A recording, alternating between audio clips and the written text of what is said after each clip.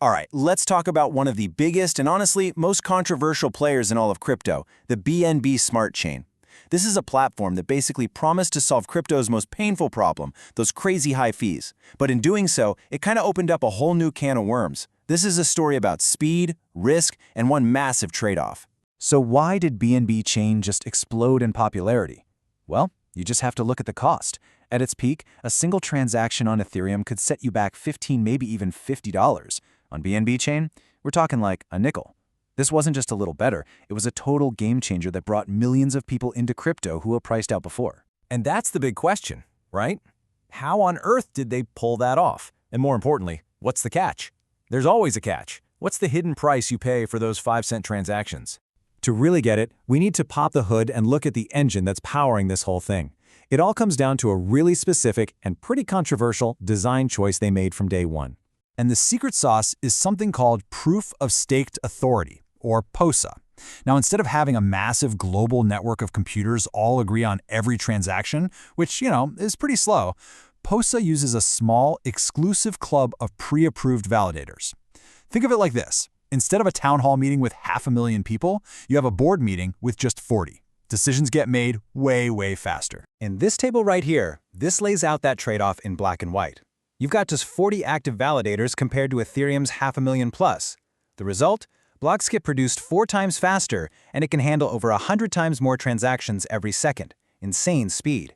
But the price you pay for that speed is centralization. And that brings us to this number, which is so important. 8. This is what's called the Nakamoto coefficient for BNB chain. And what that means is you would only need to compromise or bribe or get just 8 of those validators to collude to potentially control or even shut down the entire network. That is the very real consequence of having such a small exclusive club. So what did this super fast, super cheap environment actually build? Well, it created this massive, vibrant, and absolutely wild ecosystem, but one with some serious dangers baked right into its DNA. The poster child for all this growth is PancakeSwap. I mean, because the fees were so low, it could be way more than just a place to swap tokens. It became this all-in-one DeFi playground. Yield farming, lotteries, prediction markets, even futures trading. Trying to do all that on Ethereum's mainnet, forget it. You'd go broke just paying the fees. But that same environment is absolutely brutal. Take a project like Alpaca Finance. It was a billion-dollar protocol at one point. It didn't fail because it got hacked. It just got left behind as newer, better things came out.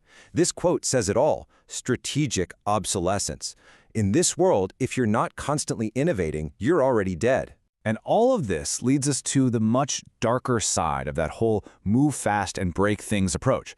Because the very same things that made BNB chain so awesome for developers and users, well, they also rolled out the red carpet for criminals. Since it launched back in 2020, the BNB chain ecosystem has lost over, get this, $1.64 billion to hacks and scams. That is just a staggering, eye-watering number.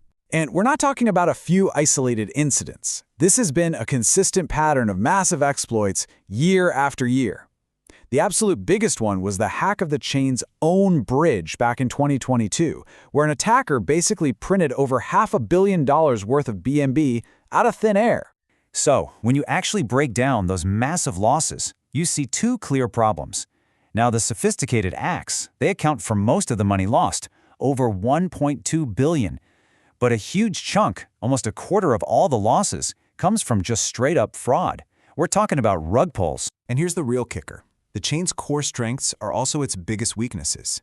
Those low fees and the fact that it's so easy to just copy-paste code, that doesn't just help innovators. It makes it incredibly cheap and easy for scammers to launch a project and then just disappear with everyone's money. It's what makes BNB chain the undisputed king of the rug pull. Okay, but the story doesn't just end in chaos. The team behind BNB chain, they know this is a huge problem. And their latest plan is a direct shot at trying to rebalance that original trade-off between pure speed and much-needed security. Their 2024 One BNB plan is basically a full-on assault against these problems. They're beefing up decentralization by more than doubling the number of validators. At the same time, they're aiming for this massive performance jump on their Layer 2, OptBNB, shooting for 10,000 transactions per second with fees that are practically zero. And these are not small baby steps. We're talking a major leap forward. They want to more than double the validator count for better security, while also more than doubling their layer 2 speed and cutting those tiny fees by another 90%. It is incredibly ambitious. So really the crucial takeaway is this. BNB Chain is trying to pull off the ultimate magic trick. It's trying to have its cake and eat it too. They want to keep all the incredible speed of a centralized system, but somehow add the security and trust of a truly decentralized one. And that leaves us with the final, multi-billion-dollar question. Is that even possible? Can a platform whose entire DNA was built around a centralized, move fast and break things mentality ever really transform into the kind of decentralized, trustless network that this whole space was supposed to be about? That right there is the question that's going to define its entire future.